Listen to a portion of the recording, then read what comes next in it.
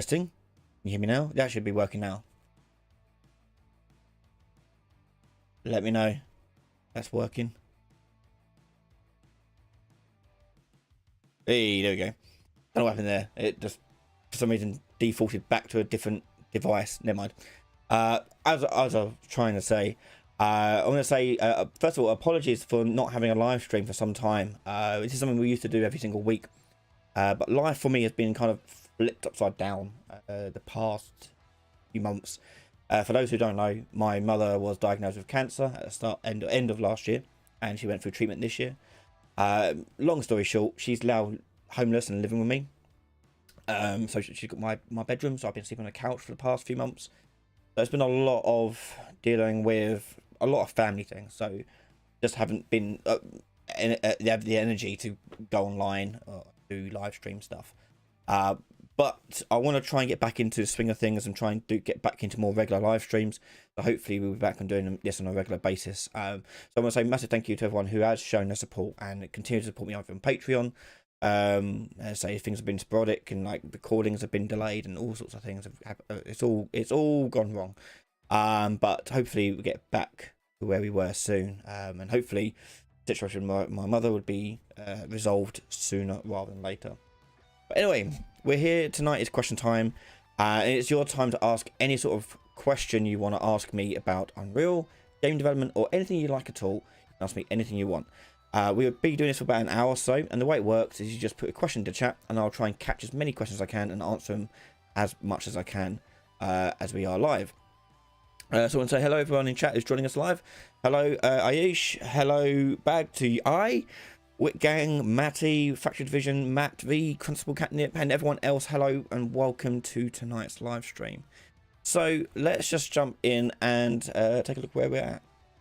So I've seen one question already come through from Fractured Vision, who's asking, hey Ryan, how would you set up a repulsor effect like, say, Iron Man pushing away enemies? Okay, so let's take a look at this. So far, I've got this Unreal Engine 5 first person template open. So let's go ahead and take a look at adding a repulsor. So the way it works is you want to have basically like a trace coming from your character, a multi-trace. And for everything that you hit in its path, you're going to be doing like a physics push impulse. So let's take a look at how we do that. We're going to go and create an input for this. So do left mouse button. There we go. And with this left mouse button here, we're going to just put in a very simple multi-trace. Do a sphere trace by channel. In fact, actually, let's do it by objects. Let me put it better for physics stuff like this. Multi-channel, multi-sphere, sorry. For objects. There we go. So the start would be our camera location. So get player camera manager, and this is a node that will get you the current camera that you're looking through. So you can get hold of this, and then we're going to have the location of this. So get actor location or camera location, both are the same. Start there. Then we get the forward vector, so which way they're facing, and I'm going to add that, multiply this by how far I want it to repulse thing. So we're going to multiply that by a float, and we'll do like 1,000, and we add those two together, and that's us offsetting that multi-trace up. So it's a sphere, so you do have to give it a radius. So obviously, how much of an area do you want to affect? We'll do 50, and we'll do the object types. So we're going to drag down here and do make array, so we can decide what objects we want to affect, and we want to affect only physics objects. Okay, so we go physics, and that'll do. Obviously, we can add more to this later, like pawns, if you want to do enemies, for example. But yeah, we want to ignore self, yep, and the rest of it should be okay. Next, we're going to take the out hits here and do a for each loop, because we want to affect every single one of them. And we're going to break open that hit result. Okay, so now we've got the hit actor, but what we want is the hit component. So because it's a physics-based body, the root should be the physics-based object. So that's what we want to use here. So you go hit component, and you're going to do impulse, I guess we could do, at location. And we want, if you want to give it like a stronger impulse the closer it is to you, or one that just affects them all, we're going to do one that affects them all from any range. So the location of this is going to be the location of the hit, and the impulse is going to be the direction that they're being hit, as well as the strength. So get direction from start and end. So let's do direction, get unit direction, and you multiply this by however strong you want it. This will take some fine tuning. You just have to guess it until you get something a bit right. But that'd be your impulse there. No, convert to. And let's put in 1,000. Try that. Wow. Now in this game there are these boxes. They are already physics-based objects, so hopefully this works. Maybe I need to give it a bit more kick. Let's actually first of all make sure that the line trace is actually hit for debug or operation.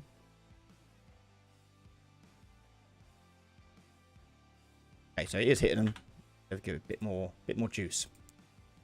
So actually, that's what we're going to do. Is actually I'm going to take the hit component here and get the mass and multiply that by 1,000. So objects are all affected the same way based on their size. Okay, now let's see. There we go. Bonk. Bonk. Oh, too far. There we go. Repulse. Pulse. Push. Okay.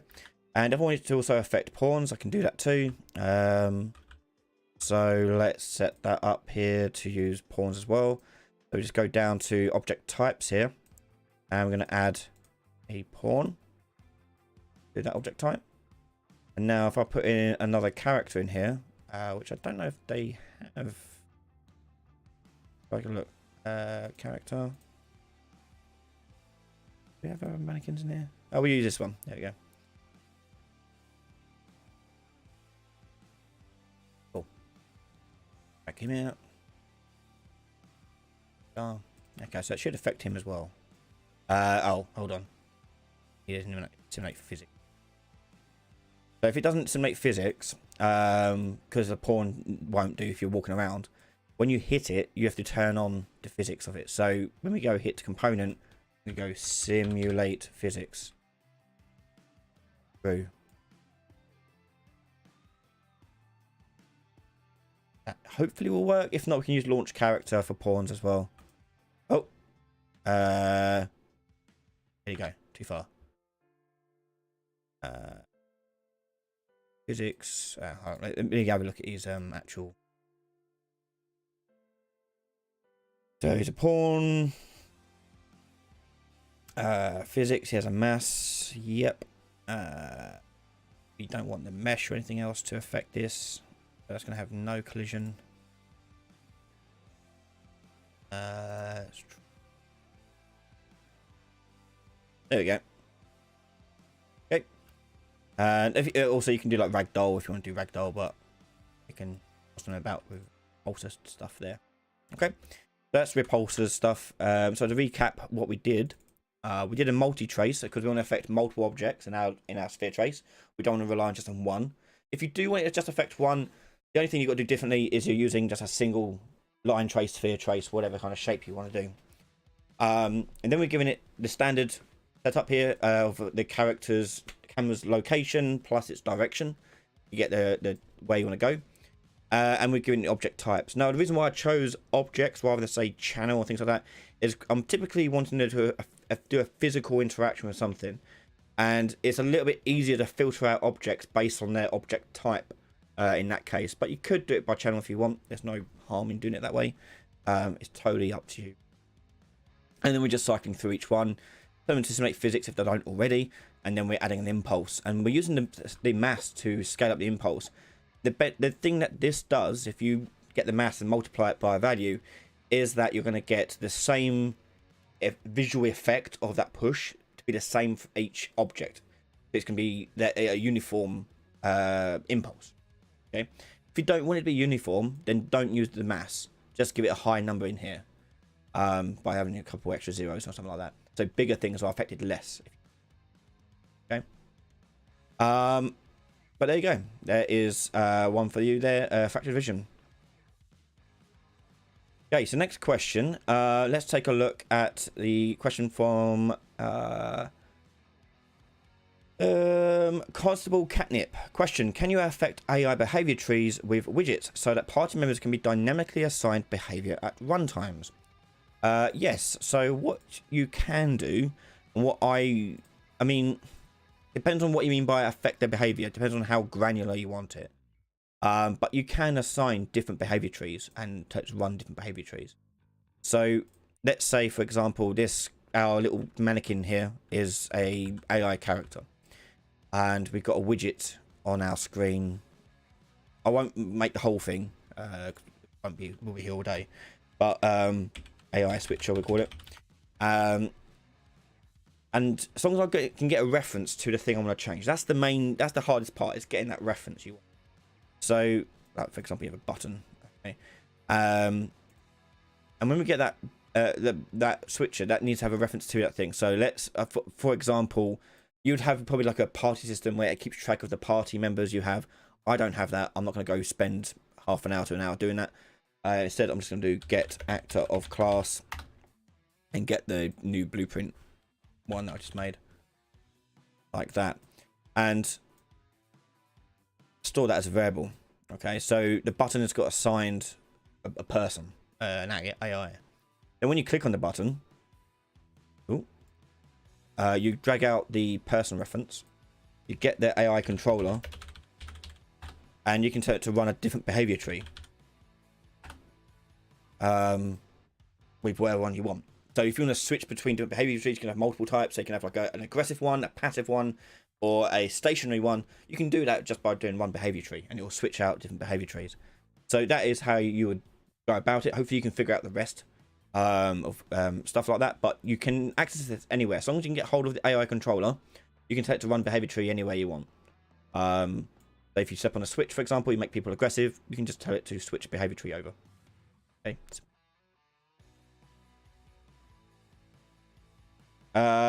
Okay, so Brandon Lee's question: how can I see your channel take a look? Because I'm using IK rigs and everything looks to be proper. It's just that root motion does not work at all when it's duplicated and retargeted.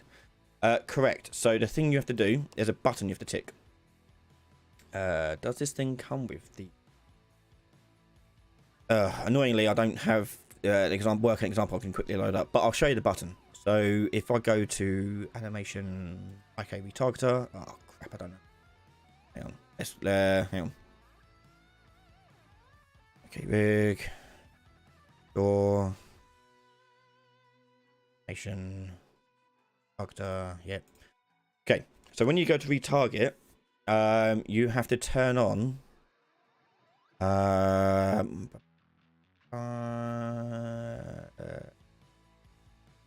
or maybe it's a natural rig. I can't remember now.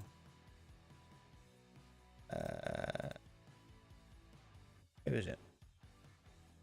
Maybe it only shows up when I've got one selected.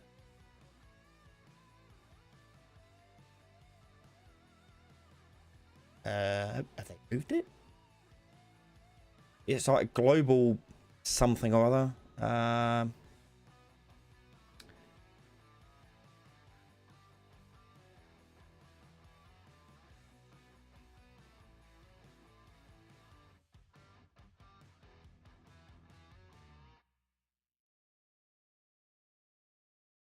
It should be here.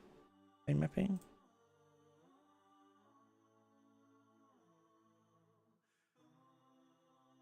Maybe I have to have a root motion animation to do it.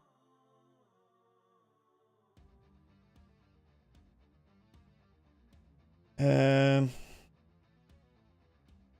I'll just make this option, for example.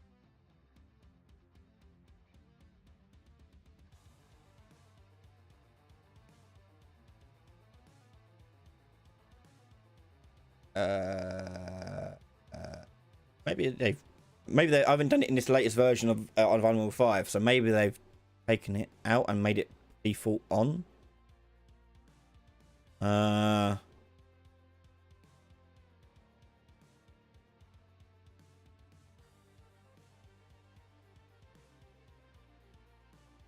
It was here. And so I could load up another project that's third-person projects. They have it all set up already, so I can skip that bit. Okay, let's do that quickly. Hold on.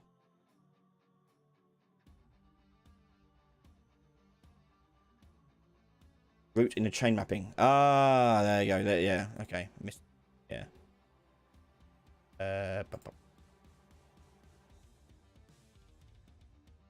Oh, I don't have it. I've got to make the whole thing. Hang on.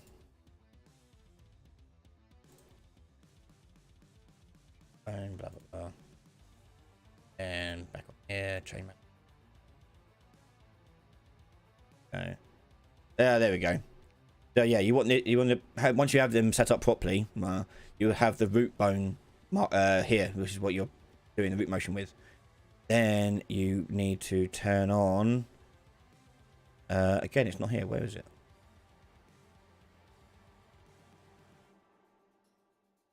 Hey, I'm just gonna load up the other projects. I actually do it properly. Hold on.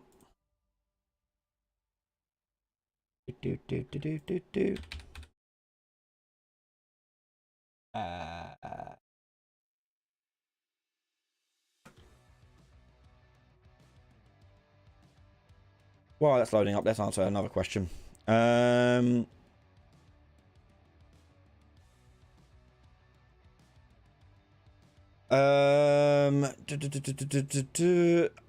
Axel Laturi. Hi. Replicated movement question. I'm using blueprints and almost everyone says that getting smooth replicated movement with high ping is only possible with C++. Is that true?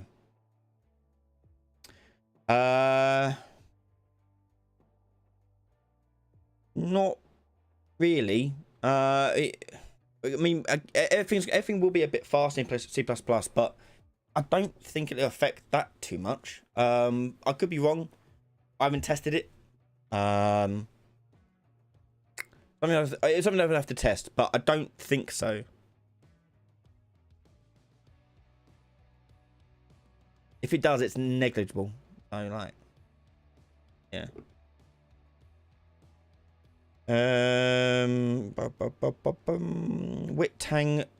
Whitgang, sorry. Unitube. Does UE4, UE5 support runtime mesh editing? If so, any chance for a quick example? Runtime? Not UE4. The new geometry system might do in UE5. I haven't played with it enough to know for certain. I need to experiment more with it, but I don't think so. You're mostly looking at voxel stuff too when you're talking about mesh editing and stuff like that. But I would have to investigate with the new geometry system that they've put in about that one.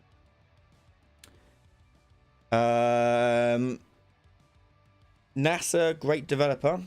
Hi, mine. How do you understand the blueprint, or what is the best way to understand blueprints? The best way to understand blueprints is when you're going through any tutorial or video or reading a documentation of something being made or anything like that. They're trying to teach you about something.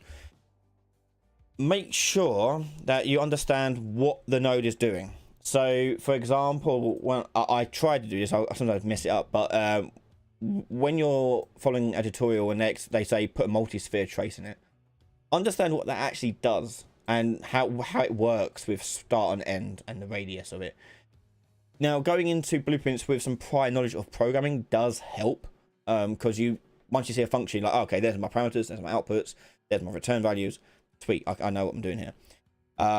But with no prior knowledge, it just takes a bit of practice, but you do have to get used to just making sure you understand why each node is being used. Now, the main place I see people tripping up on this one is like Material Editor and Niagara.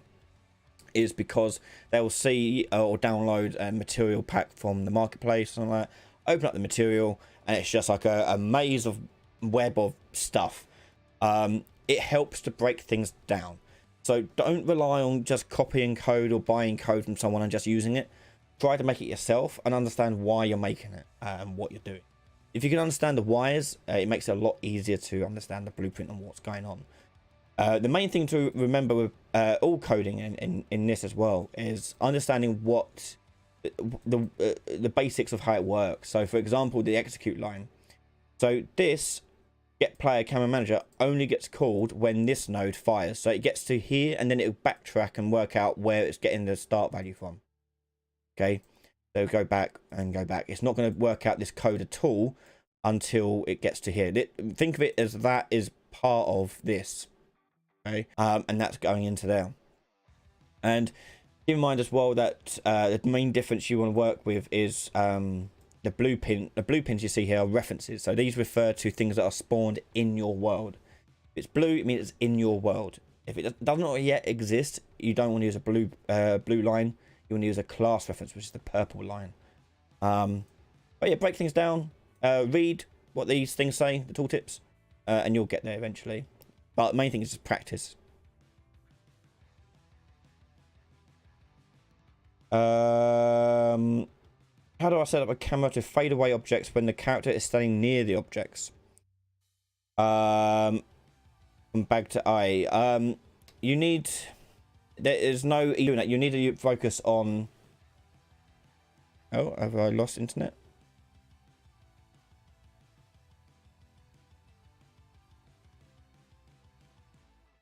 We'll see. Oh,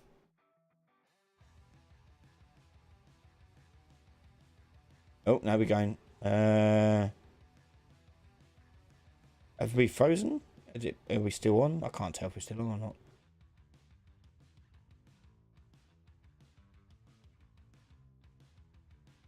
So I'll keep talking anyway. So how do I set up a camera to fade away objects when the character's standing near the objects? So something like that is done mostly done by materials or a post-processing concept where you put things into stencils and then you fade away that stencil. There's no easy tick box or anything like that. It is a bit of work. You do have to set it up quite a lot. The easiest thing to probably do is to use materials and make, but it would mean having to edit all the materials you need to edit to make them fade away. You need to edit each one of them. So there's no easy like say fade away. So be wary of that. Like the main thing you'd do, like one way you do it with a material, I'll show you, is you have to first of all change it to be translucent or masked. Do masked if you want, and you'll probably use a dither. Okay, so on this dither here, in fact actually I'll show you how to edit one that's already been made. Hold on, I'll go to this up mannequin guy here, mesh. Okay, so in here for example, if I make this masked and then put in dither, you'd have to add this to every material that you want to dither and make it have be a dynamic material if you want to do it this way. So opacity mask goes into there, and in here you see the threshold is fading this away. So dithering basically like does stippling effect, very very fine. But we can put in a scalar parameter into here, for example, convert that to a parameter. That'd be transparency, and we'll set that default value to 1. Okay, so when I want to make this work for our friend here, let's finish saving. We'll create material instance, and then in here you just call and change this transparency variable, and you can tweak this down and it'll fade it out like this. But I say it's a pain because you have to do it to every material that you have, and some things can have multiple materials. So it isn't the simplest method, but there is no real simple method. Yeah. The only other thing is to cull things by using post-processing, which General the Great, do you still offer private sessions? Yes, I do. I still do private sessions. You can go on my website and have a look at the prices and things like that. And if you're interested, you can email me and we can discuss when, how many, and so forth. But yeah. Can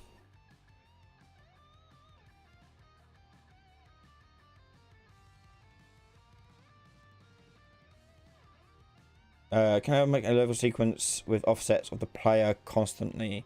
Same transforms. Oh, okay. So you want to make it with a... Okay. Yeah, you can use attaching actor stuff. You can also use relative based.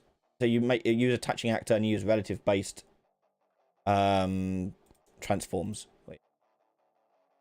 Down here. Or you can just, again, you can just attach it to the actor, I guess. But you can do it with relative transform, relative positions. So if we add a example, you can add a transform track on here that is relative. So this is a world position based one. But you can also go into here and add a section for a relative section. And anything I do on here will change the camera based on wherever I place the camera originally. So if I move the camera or move the level sequence and spawn it in differently, I can do that here too. There's also a experimental feature, which I'll show you. I think I haven't actually done this in live yet, so have a look. See if it's there. So in your player character, if it's there, yeah, you can do actor sequence. Now this experimental thing, it can not work and it's a bit buggy on the UI side of things, but you can add a sequence to the character here. So rather than use a level sequence, you can attach one to the character and make it all relative to the character. So you open this tab here and you can then customize what happens. But yeah, you can like take this camera here, for example, add the track for that camera. There you go. And you can then animate what that camera does. Track. Do that again. Oh no, transform, there you go. And you go to there, and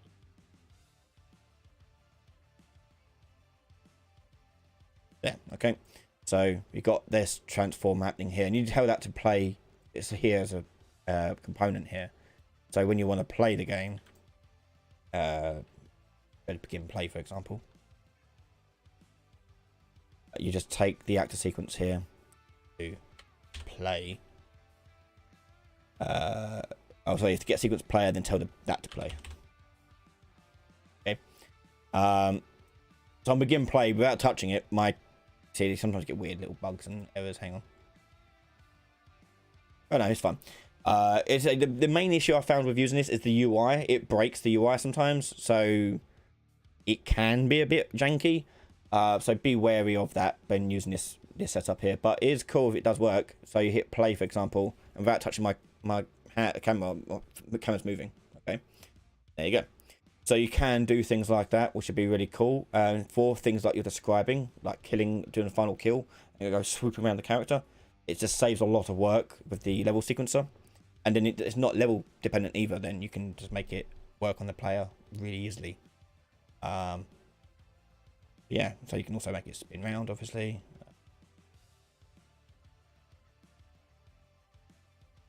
Come on. Ooh.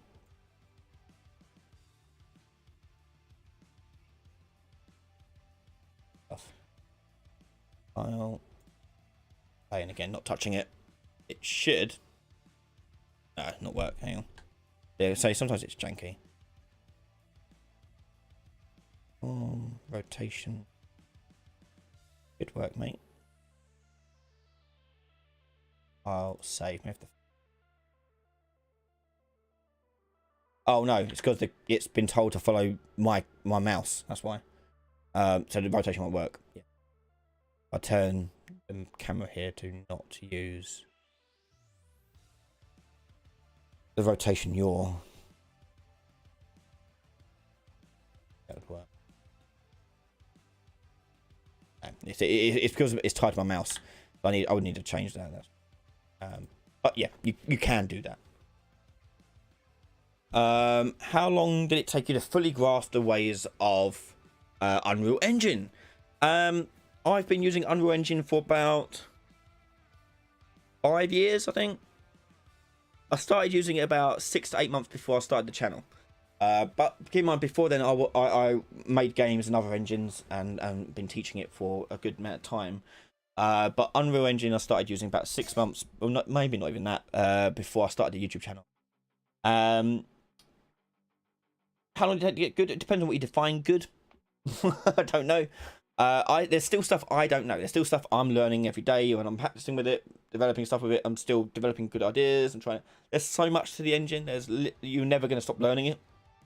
So, to the point where I can make any, like, literally try and make anything. It's hard to say. You do have to take on board that you do need to have a good problem-solving head more than anything. Like, it's all well and good knowing what nodes do. You have to be actually quite good at puzzles and solving things, I find. So if you do find yourself very good at puzzle games and things like that, you're going to find yourself actually better off at making games, because a lot of the time you get a question from someone like I'm doing tonight, and someone will give me like how to make a repulsor effect.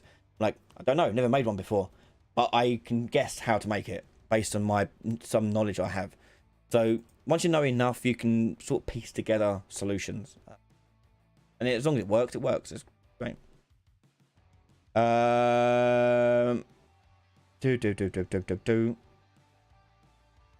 Reverse Gutenberg press. Ryan, you're a beautiful bearded man. Thank you. I have a question. Could you show some quick approach on how to do a melee weapon for a retro FPS style? Think Doom and such. I'd love if you had multiple ways to do it. So we need a melee sort of animation. I've got one somewhere. Hold on.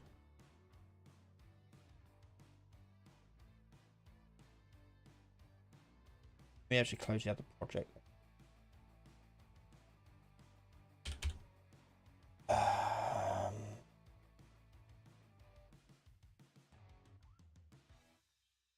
And I can show you some first-person melee stuff.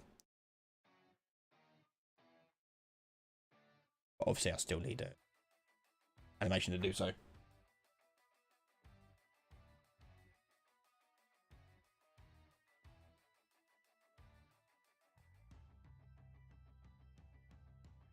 By the way, I want to say thank you to everyone who has supported me on Patreon. We reached 1,000 Patreon members last month, so thank you so much. I've now got an editor who edits my videos for me, so I pay him a little bit to help me do so. His name's Bill. So I want to say a massive thank you to obviously Bill and everyone else who's been supporting me.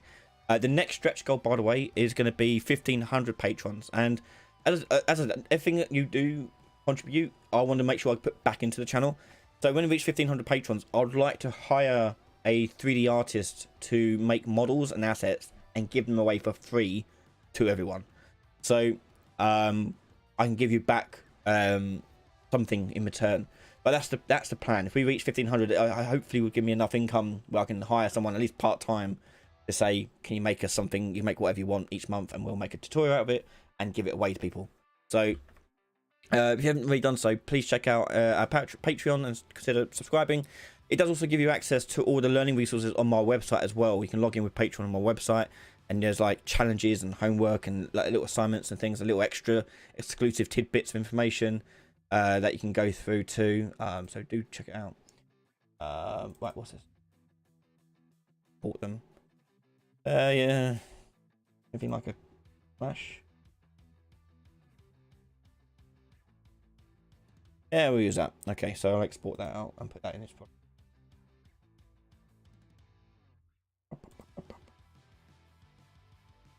Export.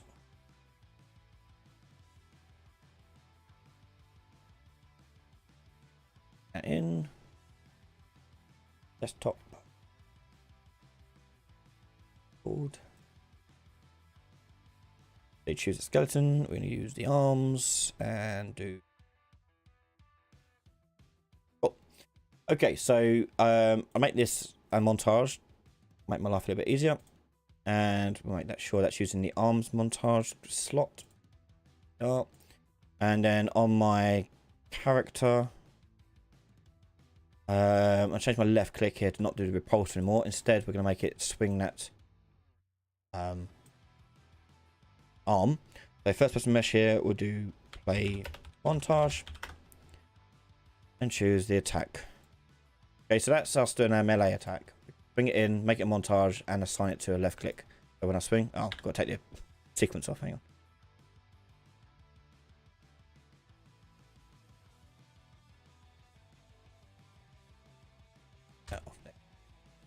So yeah, if I go into here now and swing, I can swing my arm. Okay. So to actually deal damage to something, where's my controls all broken? Oh, because yeah, hang on. Turned off control rotation. Yeah, so I can move around and swing my arm. Yeah. So if you want to deal damage to something, when you swing it, you want to basically tell it to damage whatever's in front of you by a certain distance. You don't want to do anything like realistic, because melee combat and realism don't really work in first person. You tend to get hurt a lot, so you kind of make it a little bit further. So what I do is this: I'll make a new blueprint class, and I'd create a new class in here called an notify. And we go into there, click select, and we'll call this one deal damage notify. Open this up, and this is a notify event. So this is something that you can assign to an animation and tell it to fire off. And it's like it's an object that you get spawned into the world and fired off immediately and destroyed. So in the functions here, you get 3 overrideable functions. You can't make others. You can't make variables inside in this thing. You make local variables, but that's about it. But let's override the receive notify. The main thing we want to do in here is we want to do like a sphere trace or something out from the mesh. So here's the mesh component.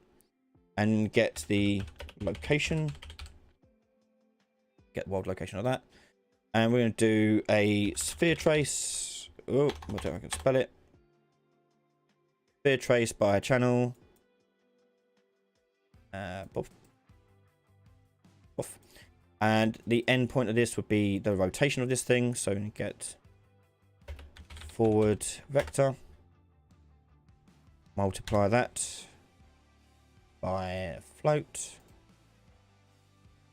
We'll make this a variable here, and that would be range. And I'll set the default value of this to be 150, something like that, and we'll add that onto the world location here. Yeah, and radius we'll put as 50. It doesn't really matter. Okay, so draw debug type. I'm gonna put on for duration so we can test it out and see it. Actors to ignore, I don't want it to hurt myself, so we have to drag out the actors to ignore and do make array and plug in the mesh component's owner. So which actor owns that component? Go into there. Ignore self doesn't really do anything because this is on an notify, not an actor. And that gives you the out hit component, which we can then break, and then we can apply damage to this. And that to variable, we can do damage there and pick that. Okay, so that is that. Okay, you do have to give it a damage cause as well. That'd be the owner again. But base damage, we'll set the default value of that to be 50. And I'll make these both editable. Now, making them editable is useful because for the next bit, you can go to the attack animation. And if it does this weird T-posing thing, just close it and reopen it. Yeah. So find the point where you want it to deal damage, which is about there. And then I'm going to go to my notifiers and go add notifier, and I'll see my deal damage notifier. Click on that, and at that point, it's going to deal damage.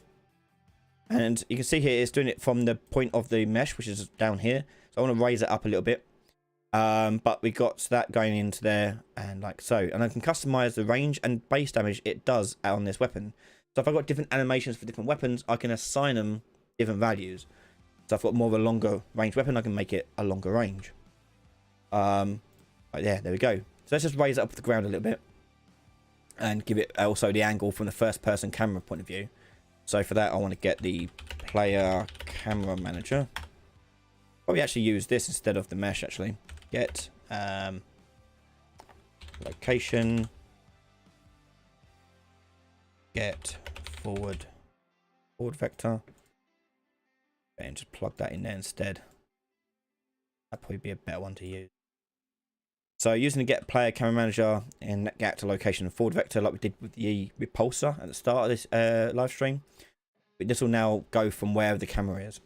So if I push play here, swing this thing, you can see now there's my attack hitbox. So wherever that collides with, it's going to attack and deal damage to it. Okay. So if I want this thing to receive damage, example, any damage, I'll just make this thing jump. When he gets hit, he jumps up in the air. Now, initially, he won't do anything.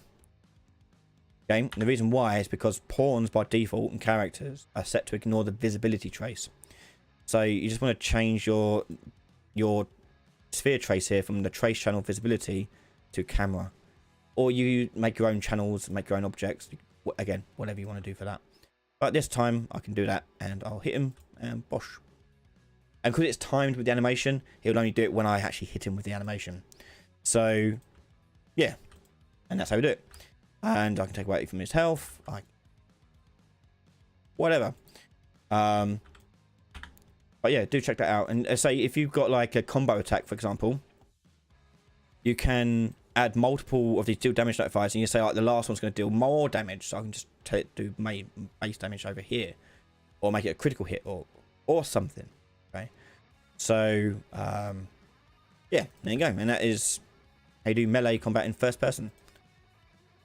Obviously, you put a sword model in their arm, but yeah.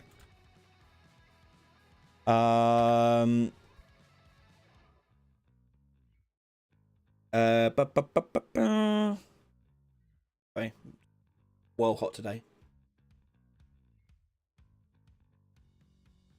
Hi Ryan, I'm new to Unreal Engine. I want to do an MMORPG. What kind of server would you recommend for save game and this stuff? EOS or Steam? Also, is there a way to do that for free without plugins? So a couple of things there. If you're new to Unreal Engine and new to game development, do not make an MMORPG. They are one of the hardest things to make. So don't do it as a starting point. Don't even make an RPG as a starting point. There's so many systems. It's so hard. Don't. I wouldn't want to do it. So I would recommend strongly against it. But I'll still answer the rest of your question. So EOS or Steam for server stuff. So EOS or Steam are not servers. They are services. So you don't, when you play an online multiplayer game on Steam, for example, you're not playing your game on multiplayer on a Steam server. Okay, your game is hooked into Steam, sure, for accounts and things like that, but the actual game isn't actually taking place on Steam or EOS. Okay, so those are services that are fed into your game to help it connect to other people and things like that, by using accounts and stuff. The actual game taking place will have to run on a server, and that server will be run by a company usually, and the most common one is Amazon, but they're not going to be free. It's quite expensive, in fact. So you are looking at quite a large expense for doing so, because you have to store not just game servers and they get spun up when you've got enough people in your world, but you've also got a load of networking issues to worry about when you've got more people than you actually should allow. You also got to worry about databases for accounts and things like that, so you can store people's save data online. That's going to cost money as well. There's a reason why MMORPGs typically charge money or rely heavily on microtransactions. It's because game servers cost a lot to run. So that is one of the reasons why I'd say don't make an MMORPG. You can go into a lot of hell.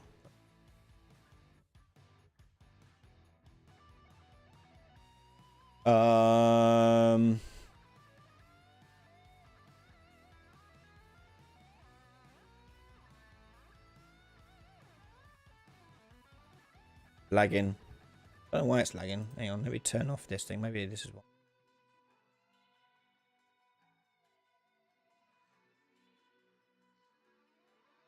What do you think about using C++ over blueprints? You're making games will typically use both. So it's not one or the other. You typically are using both. Don't.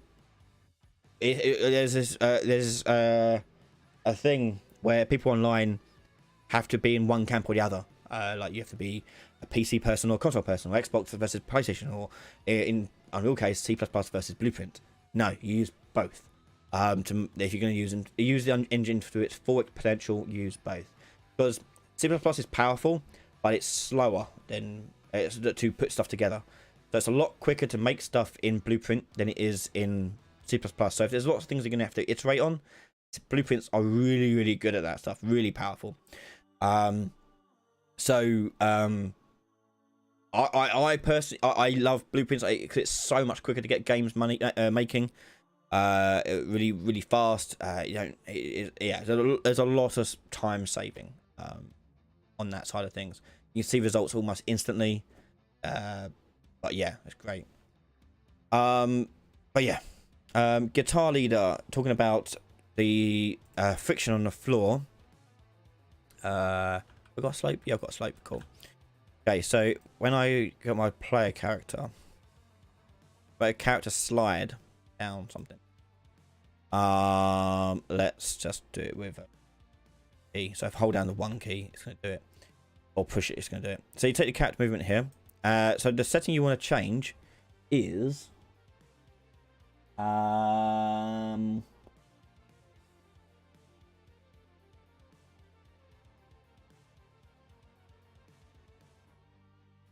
always forget what it's called.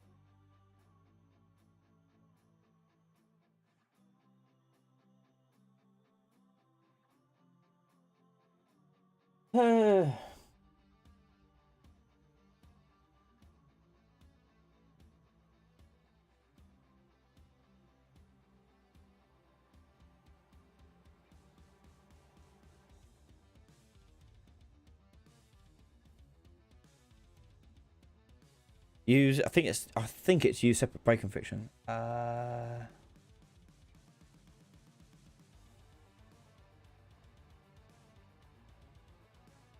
think you turn that on slightly.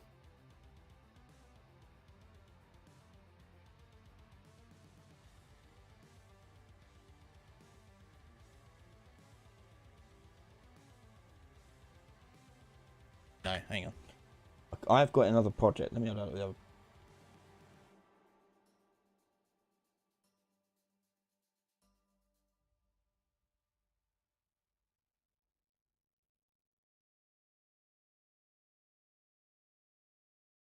While that's loading up, answer another question.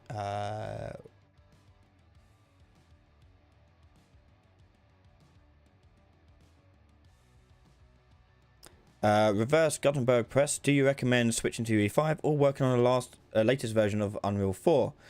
Performance-wise and stability, if people do not use Lumen. Don't use Lumen or Nanite, you can just carry on using Unreal 4, no problem with that. You can use either. There are some games that use Unreal 3 until very recently. So, it really is, you go to where you need it. Okay, so if you're not making a high-res game that doesn't need all this stuff, then stick to UE4 if you're comfortable. Totally up to you. Don't feel pressure that you have to be using Unreal 5. Don't. Obviously you can do.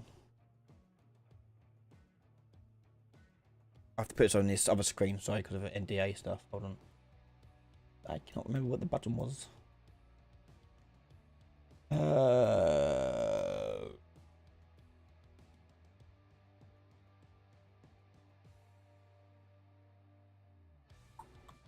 Oh no, it was that. It's your separate thing. Oh yeah, sorry. Yeah, it is that one.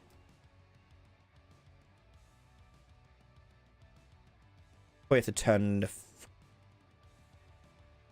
off as well. Didn't have to. It's probably because my character Yeah, hold on. Let's try turning off the friction as well.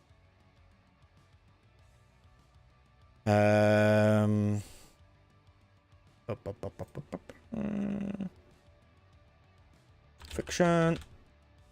You want to do set braking friction or ground friction. There we go. Set ground friction to 0. Braking friction shouldn't be needed because you're using this instead. Up here. Got some friction. Go back into here. Maybe I have to do. Yeah, yeah, we'll do this one anyway. Set it back down.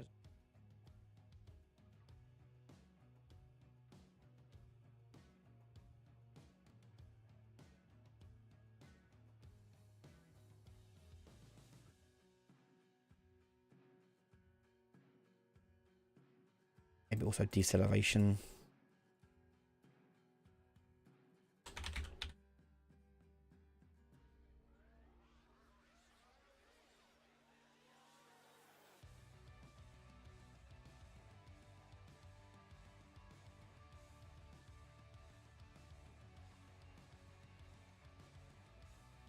Zero, it shouldn't stop.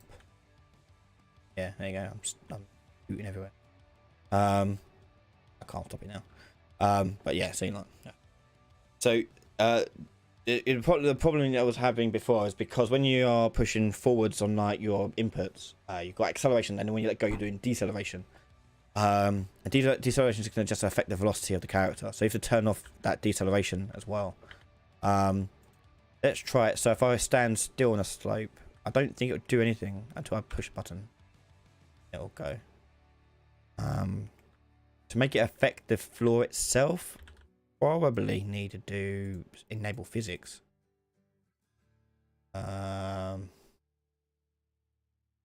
Probably take that out and enable physics.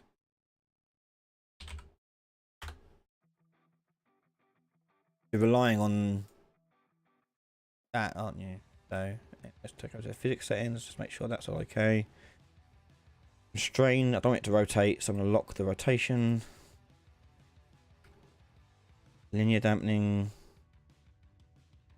quite low, that should be fine.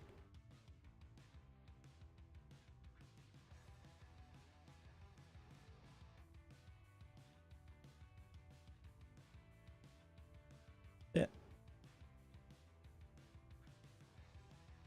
Oh, I think I was inside something. Yeah, hang on. Let's go to a wider one. There you go. Whoop, I'm off. I don't know, something to experiment with the physics settings and change like the mass and things like that. But if you want it to like slide immediately down, yeah. But if you want your character to just slide down a slope that they're on, you could also do a launch. So you do a launch character, but you launch in the direction of the slope. So to get that, you get the normal of the slope, and then you want to get the no, you want to get, what do you want to get? You want to get, you know, let's just get the ground first. Oh wait, I have to get the find floor. Find floor. There we go. Capture location. Get actor location. Floor result. That, and then break this. Want the normal, and we want to just take away the Z value off on that. So if I take the normal here and break it, and then do a break vector and put X and Y in there, because you don't want it to go up, so you want to take the Z out of it. And then you want to multiply this by how far you want to push it. how far, like how much strength you want to push it. Convert that to a float and then put that in 100. I don't know. Override the X and Y and Z. That because you've got no friction, your character should just. Oh yeah, go. It is working. It's just slow. I need to make it faster. So do 1500.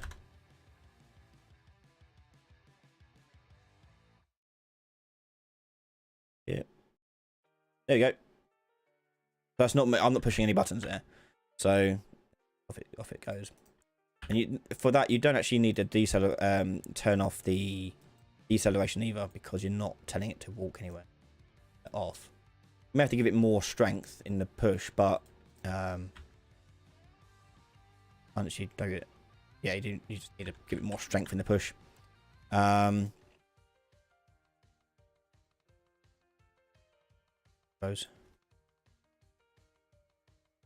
But there's a few things there you can talk about. A few things you can try. Oh, too much. But yeah, try a bit of it.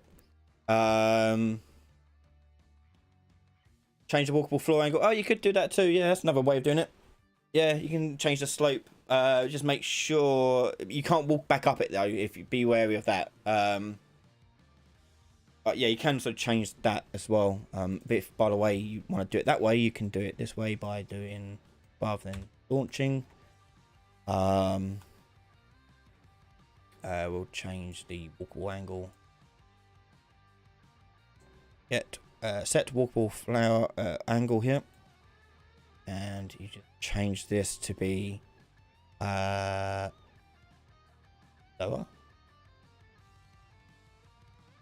40 something. 44. So if we walk more. Yeah, you want it lower. So like 2. Very, very small. And if we go up here. Oh, yeah, there we go.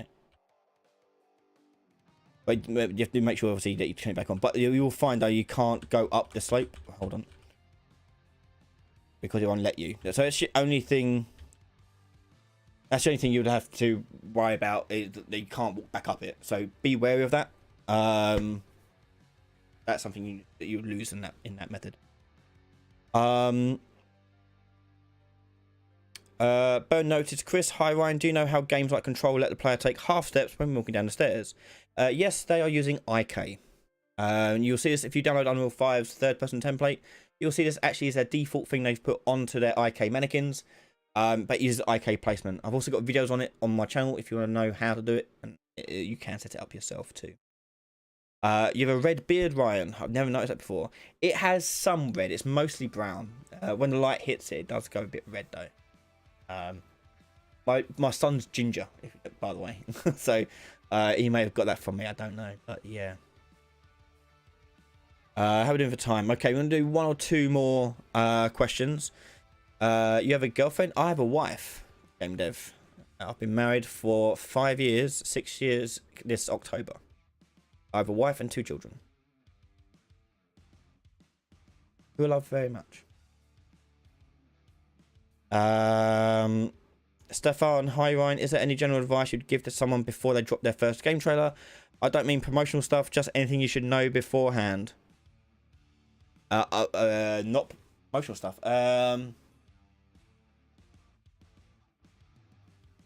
I mean, all the advice I can think of it is to do with promotion, so...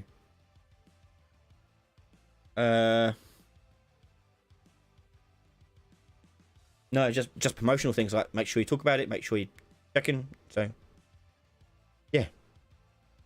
Well, Static, hey, are you still doing one-on-ones? I am. Yep. You can go to my website, you can find out details about them. I do them every week. So check it out there. Find out more information there, okay?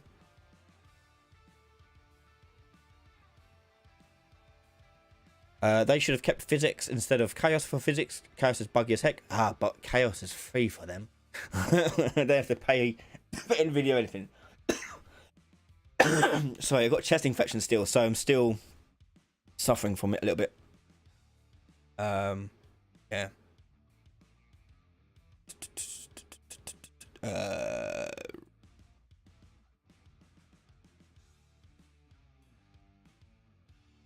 Children would be so proud of you. My son probably would. My son's 4, 5 this month, and then my daughter's 3. Yeah.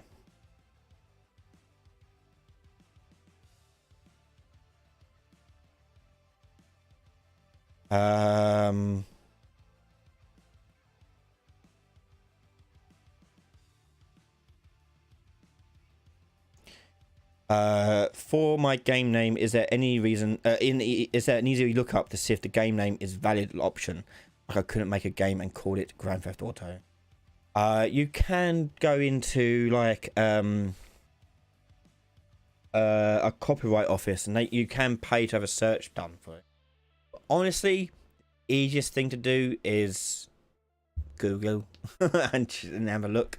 Hang on, let me double check. I believe you can just go to copyright office of a country of your choosing and check it.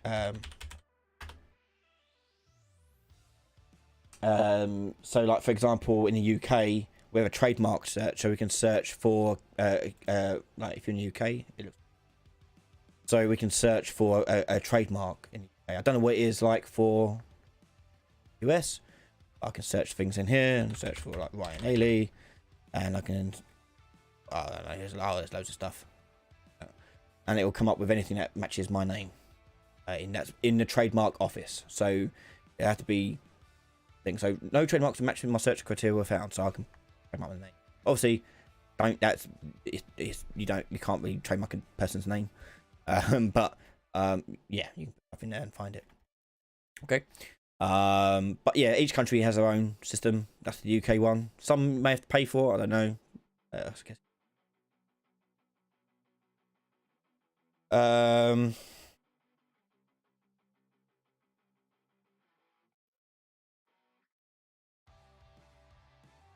Is there an RCZK? Hi Ryan, is there any other way to change a bone scale apart from animation blueprint? I mean, yeah, you can change bone scale for anywhere. You can change anything you want as long as you've got a reference to it. So, for example, on my arm mesh here, I can go to my mesh, and let's do it in the construction script so you can see it on there. So if I take out my mesh here, and we can do scale bone. No. Hang on. Maybe it's something we can't do in.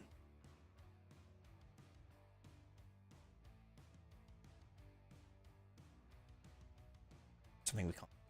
Good. I'll just do a 2. Yes.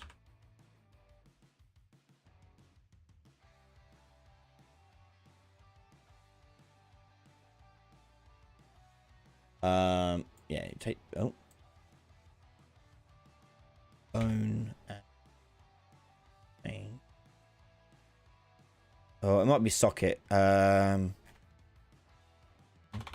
it uses bones and sockets interchangeably. Socket. Oh, where is it? Here's a way of doing it. No. Bone. Let me just read what bone. Name, index, number of bones, parent bone, socket bone, hide bone, is bone hidden, transform from bone, transform to bone space. Get socket transform.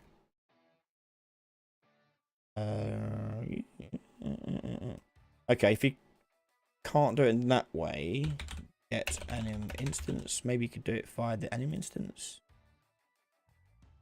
Bone.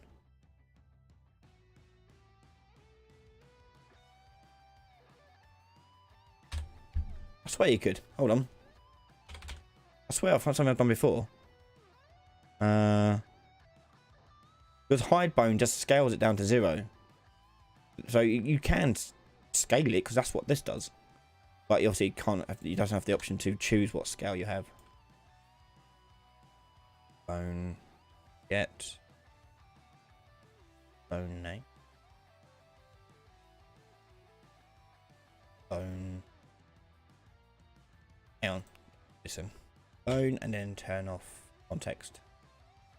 So skinned mesh.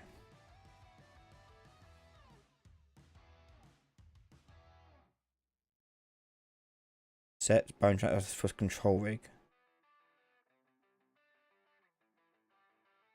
Swear you could do it. Maybe I was mistaken.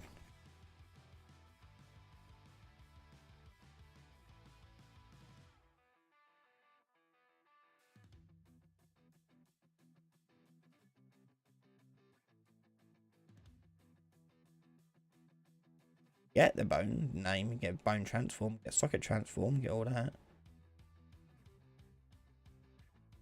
What? Socket.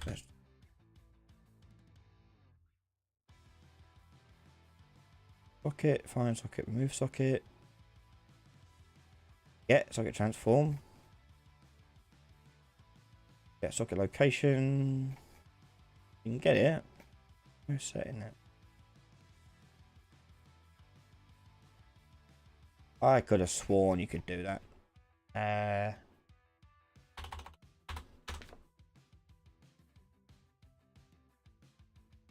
Keep in mind, racing fun. The $350 to register a trademark. You don't have to register a trademark. Once you've named the game and released it, your name is copyrighted.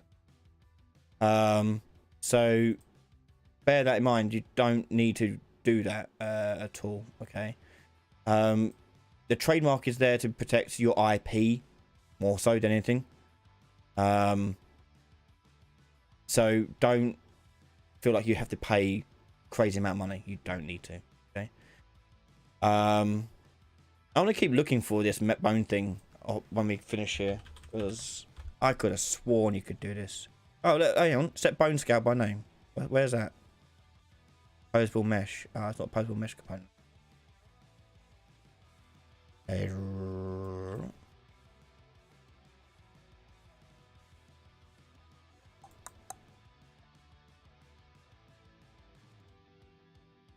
That's what we want.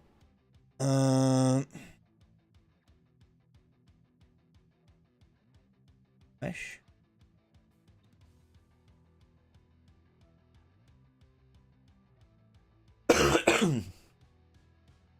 Have a crack at doing this now. But this does not have the animation. Boop.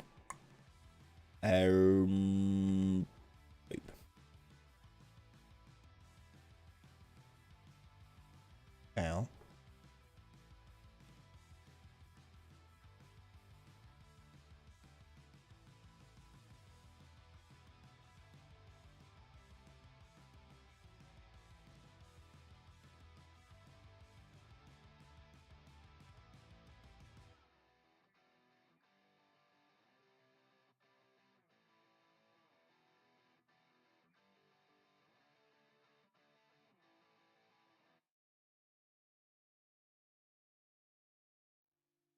I'll look it up. I'll keep looking for it. I'm sure there's a way of doing it.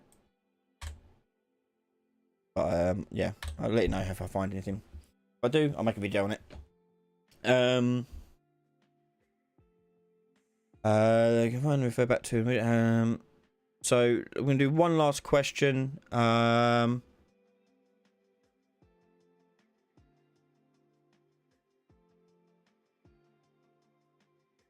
So, coffee diction. How would you create an exposure post-processing effect for shut-in? You know that after a while at home, your eyes burn hard once outside, and then the normal exposure preset is loaded. Move into another effect. So, there is auto exposure. That does exist in the game engine by default. But obviously, you're probably looking at exaggerating it. It's all like, hey, they're done in like Fallout 3 when you leave the vault. If you want to exaggerate it, you can change probably auto exposure settings. Possibly. Hold on, let me make a little box thing that I can hide in. Again, something I haven't done before, so give me a second. I'll figure it out. details. We'll make follow. Yeah.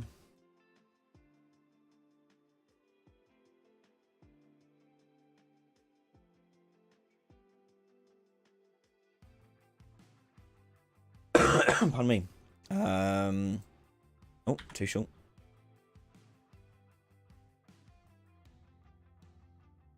Okay. So I need to make this dark. It don't work really well. I don't know how to make it work with Lumen, but I guess you could fake it with post-processing. You'd need to make a post-process volume.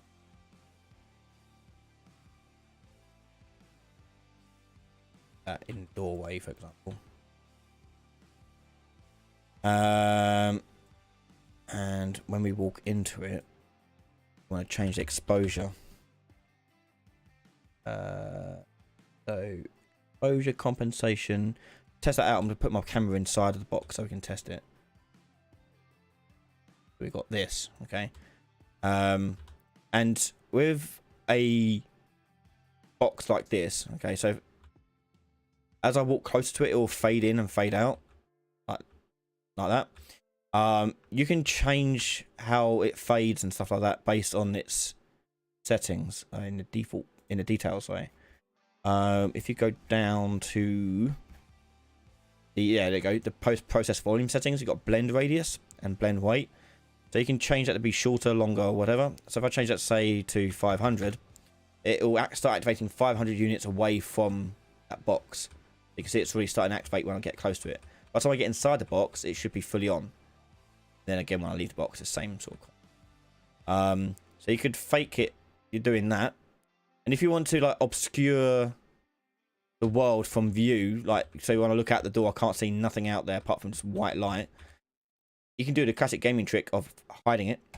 So you just do box in there. Oh no, shape. Put plane in. People forget that games do this a lot of just putting stuff inside of the game that's just going to be like blocking the view. Yep, go like that.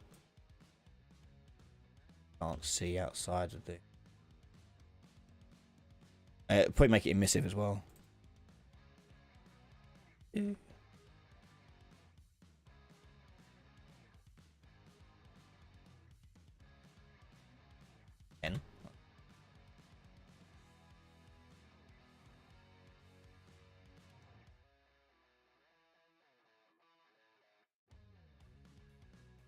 Yeah, that's right, Coffee Addiction. You could just do that. Yeah. Replace the box when the player was for days inside the home and make it play for once. Yeah. It also does enable and disable the box as well whenever you like. But so like you got this like effect where you look like, oh, I'm outside. I can't see outside. It's so bright out there. And then you can make a trigger volume to disappear the box, disappear that plane because outside it's normal. So or turn off all collision on it so I can't see it. So if I go into here and go turn off collision, that'd probably be cooler because what I can do on that then is I can then walk outside the box here and I can look back and I can see the room still, which is really cool. I can just walk through it and then I can walk back through the room. Now let's turn on let's change the post process so it's not too activated too wide. Hold on. Change that back down to like 100. Okay, so there's my light door. So I can then go through it and it will trigger. And because the plane has no collision, I just walk right through it. And you have this instant transition because of the post-process volume where it's just going to start fading back in. And when I look back, I'll see the room is the way I had it. Okay. Obviously, you can remove the whole thing if you want. You can delete the plane if you like. But when I go back in, for example, I look back out and it'll be there again. Okay, you can just do stuff like that. That's a neat effect you can try and do. Yeah, it doesn't have to be complicated. You can make it quite simple with this sort of thing here. So yeah, there's other exposure settings you can change. I'll just change one of them. You can tweak all this stuff if you want. here, make that way up. Okay. That's now full exposure. So 4 out of 3 style, and then I'll go back going on through. I can see outside the level. Okay. There you go. Anyway, that'll do it for today. Thank you so much everyone for joining me for today's question time. Hopefully you enjoyed it. And as I said, I do apologise for having not done one for a while. I want to try and get back into a regular swing of things, doing it each week. So we'll be doing this again next week. And in time as well, we'll be returning to our Saturday live streams as well. I want to bring back Asset Flip as a live stream, and also carry on the retro remake of the Bomberman game too. But I say life just gets in the way. So thank you so much for everyone for joining us, watching this live. I'm going to leave the live stream of this up for everyone this time, so don't worry, you don't have to be a patron to watch the live stream of this again on catch up. But starting from next week, I'm going to try and put it back onto Patreon as an exclusive feature for Patreon members. So thank you so much for joining me live tonight, and I'll see you all later on today. I'll see you later on. Have a good night. Bye everyone.